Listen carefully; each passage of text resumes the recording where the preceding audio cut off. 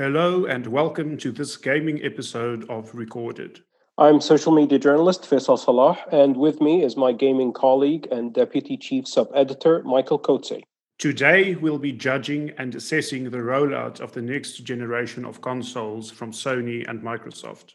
The PlayStation 5 and the Xbox Series X and Series S were released in the middle of November of 2020. Some say they can't believe it's been that long since the launches. Others feel like the new consoles have been with us for much longer. Which side you fall on probably depends on which of the new consoles you bought, or whether you were able to buy one at all. There have been rollout issues, reports of shops running out of stock, and angered gamers who would not get their hands on the new consoles.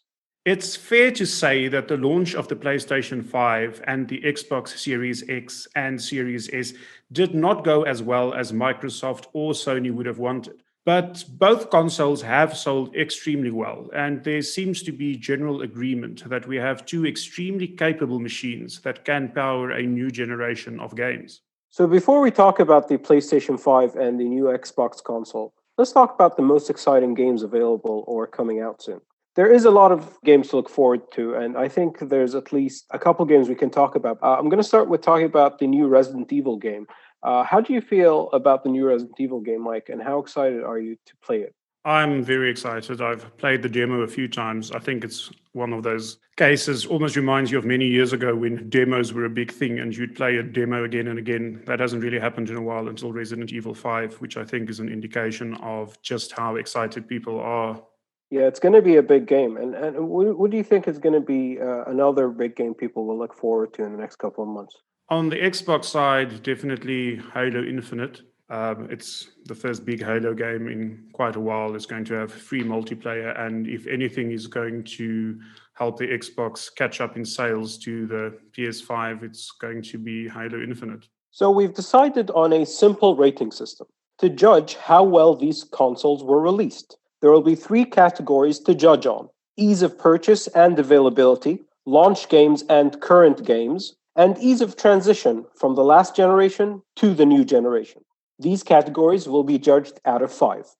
Let's start with the first category, ease of purchase and availability. And I think here the first thing we need to talk about is just how hard it's been to get your hands on a PlayStation 5. Yeah, as you remember, if you listen to our episode pre-launch of both consoles, you'll remember that I said I will wait at least a month or two to get the PlayStation 5 because it seemed to me, at least at the time, that the pre-order process was an absolute mess. Now, this seems to have backfired because the back orders and the waiting list for PlayStation 5 has been endless. There have been inflated prices on existing PlayStation 5 consoles, and for you to get a console with the normal asking price seems to be that you have to wait at least 2 to 3 months to get your hands on it. But I know that you've purchased both consoles because you pre-ordered both of them. Is that correct? That's right. I actually was part of the second batch of pre-orders for the PlayStation 5, but a few days after I placed my order, I received an email saying that I won't be getting one on launch day, but only some months later, which left me quite disappointed. But then on launch day, it arrived quite unexpectedly. And I was, of course, quite happy about that. I'm going to have to give it a 2 out of 5. It was not impossible to get the console. It seems like a lot of people did get it. I have friends who have it, but it was not easy. I can't call it easy. So I can't give it any more than a 2 out of 5. How would you say? Is that fair? I think so. I think 2 is okay. I'd even consider a 1, but let's go with 2. It's just that there's still a lot of people worldwide who just cannot get their hands on a PlayStation 5 at the moment. And if you just go on Twitter, you'll see it's a daily complaint. Now, a lot of people argue it's because the demand for the new Xbox consoles was not as high as the PlayStation 5. Now, you tell me, when you pre-ordered and when you received your Xbox, how easy was that process? That was very easy. I didn't have any issues. I know some people in the US have had issues similar to the PS5 issue, but not as bad. But in general, worldwide, and especially in the UAE, there doesn't seem to be any issues and weren't any issues getting your hands on either of the new Xboxes. I think the Xbox earns itself a 4 out of 5. I wouldn't call it a perfect execution of the release because, as you said, some people did have some issues. You might chalk that up to the coronavirus pandemic and the difficulty of reaching some people, but I think 4 out of 5 is worthy at this point. I agree. We talked a lot about this in the previous episode that it seemed, at least at the time, that there were two different things for people to get excited about when it came to both consoles. But we had agreed at the time that perhaps the PlayStation at that point edges it because it had a stronger slate of release games. But how do we stand now from November to March, and how good are the games that exist at the moment on the PS5? The PS5 has what's probably still the only real next-gen title, what looks and feels and plays like a next-gen title in the form of Demon's Souls, which is quite ironic considering that it's a remake. But that's really the game that stands out as something that gives you a glimpse of what the new consoles are capable of. Of course, a lot of people have been disappointed when it came to the most anticipated game of 2020, Cyberpunk 2077. And people were really looking forward to playing the engine or the game itself on the next generation engine. And that didn't happen, and it hasn't happened yet. It seemed like that game came and went. It's a game that people waited for 4 years to play, even longer if you were anticipating the news before that. But it seems like there's very little to allow you to experience the next generation of gaming on the PS5 at the moment. But as you said, Demon's Souls does give you a slight edge in that category. So I'm going to give it a 3 out of 5 at the moment. Yeah, I think a 3 out of 5 is a good score. There's definitely some exciting stuff out there, but most of it at the moment is just playing a little bit better, loading a little bit faster, having a little bit of an improved frame rate compared to the previous generation, but nothing super impressive. So let's talk about the Xbox when it comes to the current slate and the launch games. What was the game that you were most looking forward to playing on the Xbox when you received your console? I was most excited actually about playing what's not a new game at all, which is Destiny 2 and the new expansion Beyond Light, which launched at about the same time. And it also coincided with an upgrade of the engine, which boosted it to 60 FPS and 4K on the next generation consoles. That was really something that made me feel like I'm playing on a new console. The fact that loading times were so much better, a game that I had been playing for a few years suddenly looked better, had a smoother frame rate, loaded in seconds instead of minutes.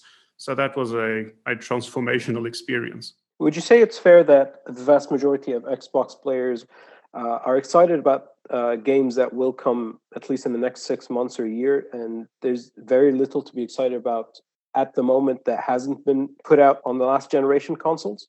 Definitely. We have Halo Infinite coming out this year, probably the one everyone is most excited about, and a few other exclusives. But for now, it's mostly about playing things that you may not even have played before, and now you can play it, but in a better form than was available before. And with so much out there to play, I'm sure we all have a huge backlog of games we have never had the time to play.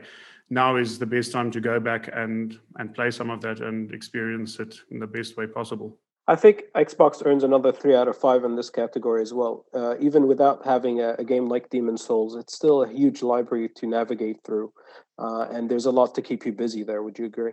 I agree. It seems we're agreeing a lot, but again, 3 out of 5, especially with Game Pass as well, which gives you access to that huge library of games.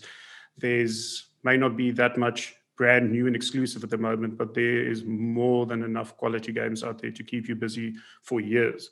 So let's get into the last category of judgment now. This is something that the both companies, Sony and Microsoft, has touted as being a huge advantage of getting the next generation consoles, which is the ease of transition from going from a PlayStation 4 or the Xbox One into the next generation consoles. You've had to experience both of this now, and which would you say does it better? Does the PlayStation 5 allow you to feel a smooth transition from the PlayStation 4, or does the Xbox Series X do that better? The Xbox Series X definitely does that better. I'll give it a 5 out of 5 here.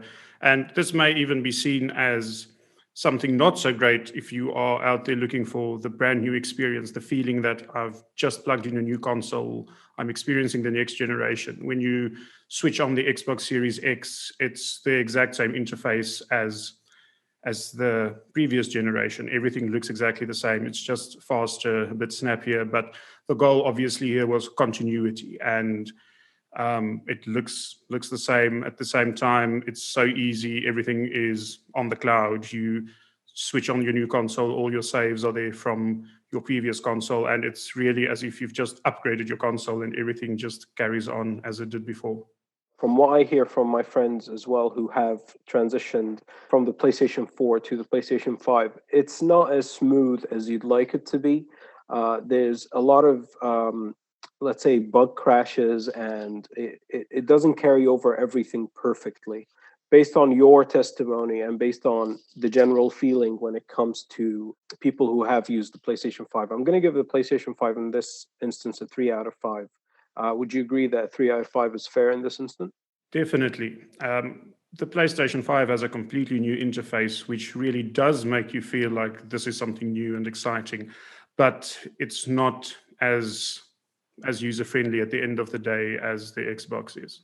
So if we tally the scores now, the Xbox is the overall winner at this stage. How do you feel about that, Michael? Somewhat surprised. I think we were expecting the Xbox to take a bit more of a beating simply because of that lack of exclusive launch games, especially when Halo Infinite was delayed. But it's been a few months now, and there haven't been that many new exciting PlayStation exclusives either. Cyberpunk, which was a cross-gen title, but also available on both consoles.